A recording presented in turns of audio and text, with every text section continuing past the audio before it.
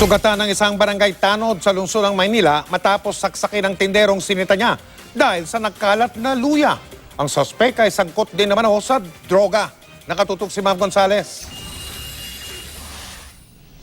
Huli sa CCTV nang bigla na lang magkaroon ng komosyon at pagbagsak sa panindaang isang barangay tanod matapos pagsasaksakin ng sinita niyang tindero. Ang pinagtalunan nila, luya.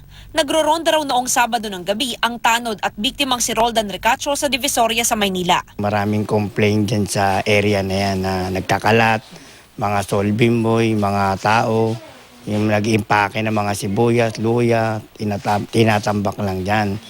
In-orderan ko pa bilang chairman na tutukan yan para malinis. Inabutan niya ang suspect na si Elcris Pastrana alias Boy Bawang na naglilinis ng luya sa sidewalk kasama ang isa pang lalaki. Sabi ng tanod, pakiligpit na lang ng mga luya nyo dahil ipinagbabawal na ito ng chairman na maglilinis. Sabi naman ito ni Boy, yan ang pala problema mo di kukuha ko ng lagayan ng mga luya. Nung pagdating niya, sabi sa akin, pakilagay na lang lahat yan sa karatilya. Nung nilagay ko sa karatilya lahat, paglingon ko sa tabi ko, sinaksak niya na yung tanod. Sa isa pang kuha ng CCTV, makikitang duguan na at tumatakbo ang tanod. Kasunod niya ang suspect na nakaputing t-shirt pero pumunta ito sa kabilang direksyon.